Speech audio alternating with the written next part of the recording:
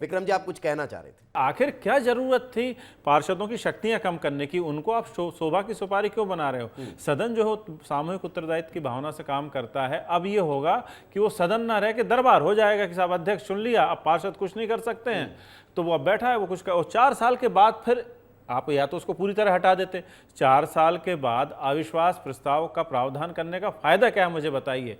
6 महीने वो सीट खाली रह सकती है और 6 महीने के बाद फिर से इलेक्शन आ जाएगा, क्या फायदा? मैं अजय जी आप जवाब दीजिएगा, लेकिन मेरे एक सप्लीमेंट्री क्वेश्चन का जवाब दे दीजिए विक्रम जी, कि फिर वही सवाल खड़ा हो जाता है ना कि फिर क्यों आखिर कमलनाथ सरकार इस प्रक्रिया को बदलना चाह रही थी, जब ये तमाम खामियां आपको आज भी नजर आ रही हैं। आप समझ ही नहीं जब पा आप रहे हैं।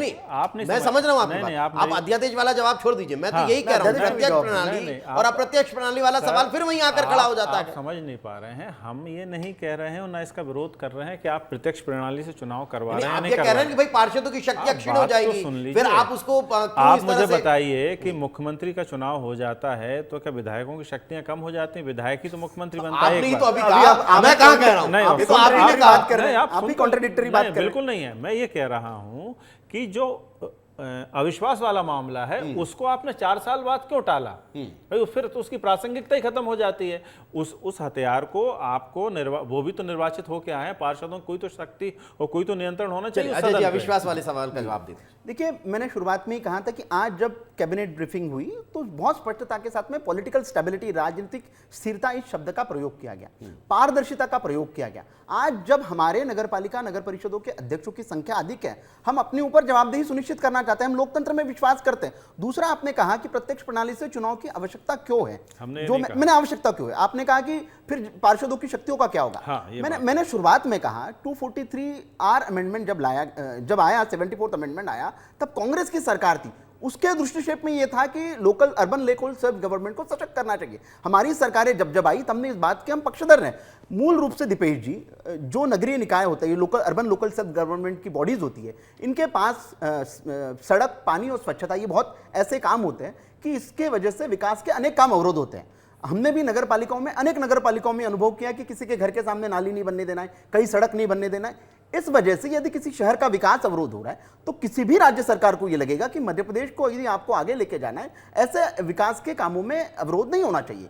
आज विषय दूसरा आ जाता है, जब आप पॉलिटिकल, अभी अगर नगर पालिकाओं में आप ही के सबसे ज्यादा पार्षद हैं, आप ही का अध्यक्ष है, तो फिर कहां विकास रुक रहा है? यही मैंने कहा, urban local self government, urban local self government के पीछे का जो कॉन्सेप्ट था हमारी देश की पार्लियामेंट ने जब डिटेल डिबेट के बाद में डिटेल डिबेट हुई थी, इतनी कहानी में ये नहीं बताया प्रभु आपने कि पार्षदों की शक्तियों को क्यों छीण कर दिया। एक तरफ अभी आपने कहा कि विधायकों की शक्तियां कम नहीं हो जाती मुख्यमंत्री इनडायरेक्टली चुन के आने के बाद भी, उसी प्रकार से एक नगर पालिका परिषद का अपना सदन होता है, सदन में चर्चा होती है, वो अंकुश है कि वो हाथी मतवाला ना हो जाए, इसलिए अविश्वास को अंकुश रखा है। अब आपको अगर आप ये बताइए कि अगर आप निर्णय के साथ में नहीं है, क्यों? हमने कहा कि अगर आप निर्णय के साथ में नहीं है, इसके कौन गिना दीजिए। हाँ, तो आप इसके जितने, अरे हम इस निर्णय का विरोध नहीं कर रहे हैं सर, इसके कितने अगर दुष्प्रभाव है, आप विधानसभा में जब चर्चा होगी, विधानसभा में जब चर्चा होगी, इसके दुष्प्रभाव गिना दीजिए।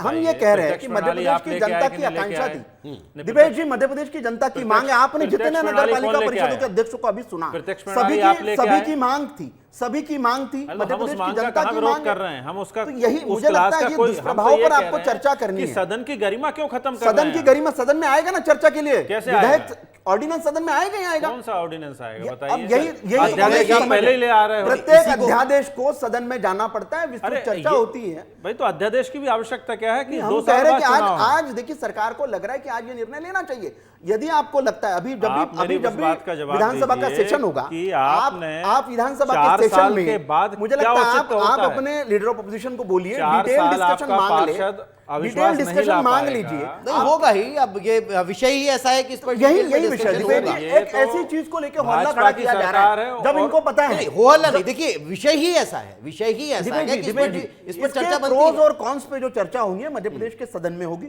दूसरा, आज ऑब्जेक्टिव सरकार ने कैबिनेट ब्रीफिंग के बाद में बता दिया, हमारा ऑब्जेक्टिव बड़ा स्पष्ट है, मध्य प्रदेश की जनता की मांग थी,